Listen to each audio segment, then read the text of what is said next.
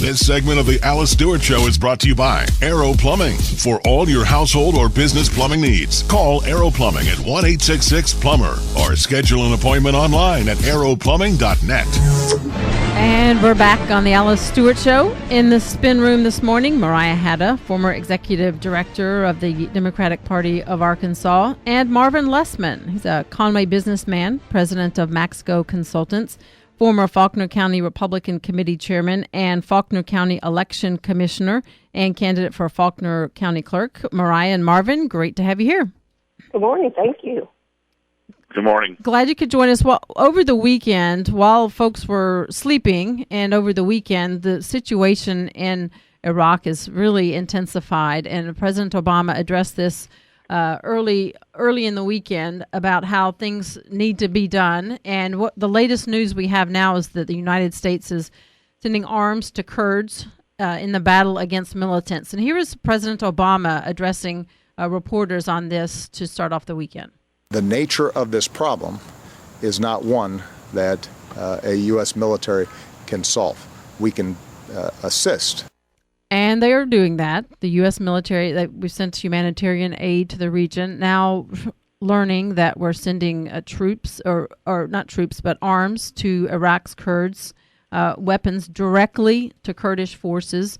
And these developments were discussed on the Sunday morning shows yesterday, and also launching a series of targeted airstrikes against the group and dropping humanitarian aid to thousands displaced in the region is something that is underway.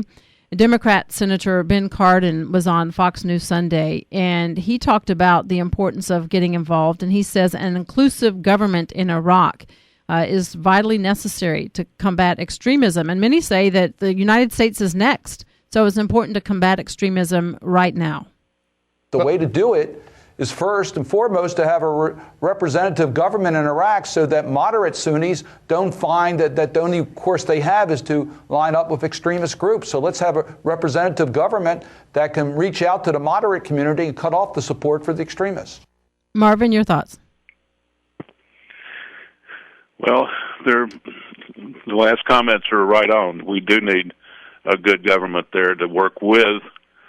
Similar to what we had, obviously there's problems everywhere, but we had good people in Germany that we could go to after World War II, good people in Japan that we could go to that helped build those nations back up. With our help, we didn't have to go in there and do the things that we're having to do in Iraq. Had same situations going over in the Philippines. If you look back at history, it's just a behavioral situation where we need to get behind it.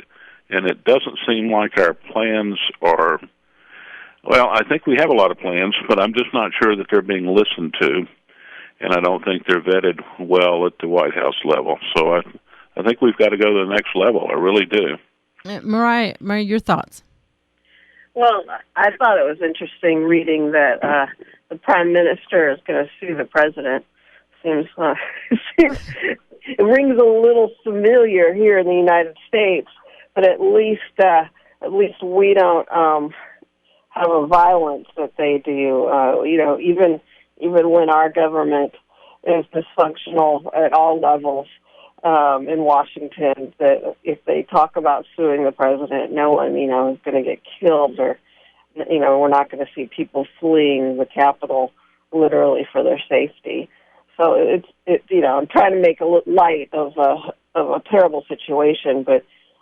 Obviously, there's no confidence in the Prime Minister, and he's saying he's not going to step down, he's going to run again, and it's just whatever credible institution still exists there, the United States and others need to help rebuild those, or at least strengthen them. But obviously, it's not something we can do alone, nor should we do alone, and we were trying to get on our way out of there. So it's just a very difficult situation, and I don't know that we should point fingers at our president or anyone right now. We should really just support those that are trying to make it better. And the United States has done providing support, as we've indicated. Humanitarian supplies have been dropped in the region. And as well as now there are reports the U.S. sending arms to Iraqi Kurds to battle against the militants, and the series of airstrikes working to seize territories in Iraq. Republican Senator Lindsey Graham is always outspoken on many issues, but foreign policy is one of his areas of focus. He was also on Fox News Sunday, and his concern is that this has just spiraled out of control right under the nose of President Obama, and he feels that President Obama has no strategy in that region. Here's Senator Lindsey Graham. This commander-in-chief has no strategy. He has no vision. This is a situation of where he knows better than everybody else. He was told, you should get engaged in Syria 3 years ago by his national security team. He said no. His military commander said you should leave troops in Iraq as an insurance policy, and he got to know. Mariah?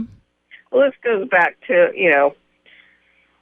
it's completely dysfunctional in Washington. This is what we do. We point fingers at each other. It's Lindsey Graham's job to say it's the president's fault, the Democrats to say it's the Congress's fault. It's just, at a time like this, it's not really helpful, but it's what we fill our media time with. So I'm not shocked or anything by Senator Graham's remarks. I don't find them helpful, but at this point, I'm not sure what's helpful in Iraq. Marvin? Well, if you look at the way we normally deal with things, the military is always running scenarios on different things that are happening and how to help people and how to help situations move along. And, of course, that has to be coordinated at several levels, even with our CIA and a lot of other areas, to find the right people to put together to protect us in this world. I mean, the world is different today than it's ever been before. With the internet and the way we can travel around the world, we have to pay attention to everything. The whole worldwide economy is on our necks. So looking at it from a planning situation, a coordination situation, you have to look at the White House for leadership. And there's been thousands and thousands, tens of thousands of people killed over there, and keep going. And this last few months has even gotten worse and worse and worse. And it's been building for some time, and I hate that we just wait to the 11th hour to do something. It's almost like it's a political ploy. So I hate to say that. I don't like to second-guess the White House, but in this situation, it calls for it. I want to ask you this. We just had a live report, Rachel Sutherland from Fox News Radio on just a few moments ago, and she was addressing the humanitarian aid, the reports of U.S. sending troops to Iraq, Kurds. And the question I asked her, what else? If the situation continues to intensify, do you anticipate more U.S. involvement? And she indicated the possibility of boots on the ground. What do you think about that? Do you see us getting back to that point, Marvin? Well, I really hate to say this because I am not a fan of war. No sane person is. But we should have left some troops there before. We pulled out too quick in a lot of places. We could have stabilized that country a lot better. We could have taken care of our interests a lot better with more involvement there. We still have bases in Germany. We still have bases in Japan. I mean, that's World War II. That's 1940s. And it doesn't make any sense for us to just pull out and let this happen, and then we have to go back in and help people and spend more money. It's just insane. Mariah? I actually agree a little bit there with Marvin. I don't know what the answer is. I mean, I worked at the U.S. Agency for International Development, which was coming on maybe, almost 20 years ago, which is a little scary. And I worked in the Office of Foreign Disaster Assistance. And at that time, we were aiding people in northern Iraq similarly with food aid.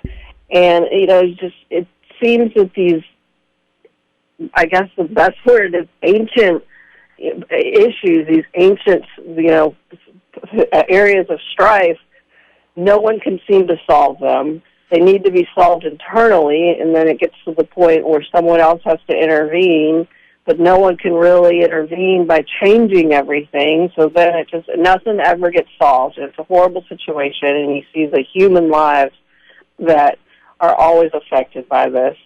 It's just I hate to see it. I am definitely not an expert on it. I don't know the answers. All right, we'll leave that there, and I'm sure we'll be discussing this yet again. We're going to take a break, and we're going to look at the numbers. Nate Silver, he is an expert political prognosticator, and we'll talk about his latest look at the midterms. We're going to be joined with Mariah Hatta and Marvin Lessman coming up after this break at 7:44 on a nice Monday morning. This segment of the Alice Stewart Show brought to you by Aero Plumbing. For all of your household or business plumbing needs, call Aero Plumbing 1-866-PLUMBER or schedule an appointment online at aeroplumbing.net.